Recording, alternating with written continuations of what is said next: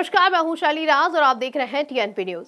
देश की राजधानी दिल्ली में राष्ट्रपति द्रौपदी मुर्मू ने ध्वजारोहण किया है। इसके साथ ही कर्तव्य पथ पर परेड निकाली गई है। गणतंत्र दिवस की थीम स्वर्णिम भारत, विरासत और विकास है, लेकिन देश का पहला गणतंत्र दिवस समारोह राजपथ अब कर्तव्य पथ पर नहीं मनाया गया था। राष्ट्रपति के शपथ ग्रहण के बाद समारोह का आयोजन इरविन एम्फी थिएटर में हुआ था। देश के पहले गणतंत्र दिवस समारोह के मुख्य अतिथि भी इंडोनेशिया के प्रथम राष्ट्रपति सुकर्णो थे। इसके साथ ही परेड का आयोजन सुबह नहीं बल्कि दोपहर को हुआ था। चलिए आपको बता देते हैं कि 26 जनवरी 1950 को पहले गणतंत्र दिवस पर क्या क्या हुआ था। हम आपको ये जानकारी विस्तार से देंगे, तो वीडियो को अंत तक जरूर देखिएगा। देश के पहले गणतंत्र दिवस समारोह का गवाह बने इरविन एम्फी थिएटर का निर्माण 1933 में किया गया था। अब इसे मेजर ध्यानचंद स्टेडियम के नाम से जाना जाता है। इरविन एम्फी थिएटर का निर्माण 1933 में भावनगर के तत्कालीन महाराजा ने बतौर उपहार कराया था। उन्होंने इसके निर्माण के लिए 5 लाख रुपए का दान दिया था। इसका उद्घाटन तत्कालीन वायसराय लॉर्ड विल्किंसन के नाम किया गया था। एम्फी थिएटर का नाम भारत के पूर्व वायसराय लॉर्ड इरविन के नाम पर रखा गया था, जिन्होंने फरवरी 1931 में नई ब्रिटिश राजधानी नई दिल्ली का उद्घाटन किया था। इस एम्फी थिएटर को कैनॉट प्लेस के वास्तुकार रॉबर्ट टोर रसेल ने डिजाइन किया था। एम्फी थिएटर का नाम 1951 में एशियाई खेलों की मेजबानी से ठीक पहले राष्ट्रीय स्टेडियम रखा गया था।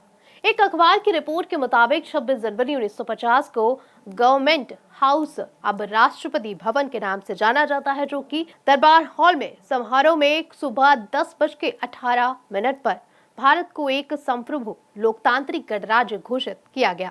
इसमें संविधान लागू करने की घोषणा की गई। इसके 6 मिनट बाद डॉक्टर राजेंद्र प्रसाद ने राष्ट्रपति के रूप में शपथ ली। राष्ट्रपति के पदभार ग्रहण की घोषणा सुबह 10:30 बजे की गई और साथ में 21 तोपों की सलामी भी दी गई। शपथ ग्रहण समारोह में सेवानिवृत्त गवर्नर जनरल सी राजगोपालाचारी ने भारत गणराज्य की घोषणा पढ़ी। इसमें उन्होंने कहा कि संविधान द्वारा घोषित किया गया है, इस इंडिया अर्थात भारत अब राज्यों का एक संघ होगा, जिसमें संघ के अंतर्गत वे क्षेत्र सम्मिलित होंगे जो अब तक गवर्नर के प्रांत भारतीय राज्य और मुख्य आयुक्तों के प्रांत थे। गवर्नर की घोषणा के बाद डॉक्टर राजेंद्र प्रसाद ने राष्ट्रपति के तौर पर शपथ ली। इसके बाद उन्होंने पहले हिंदी में और फिर अंग्रेजी में संक्षिप्त भाषण दिया था।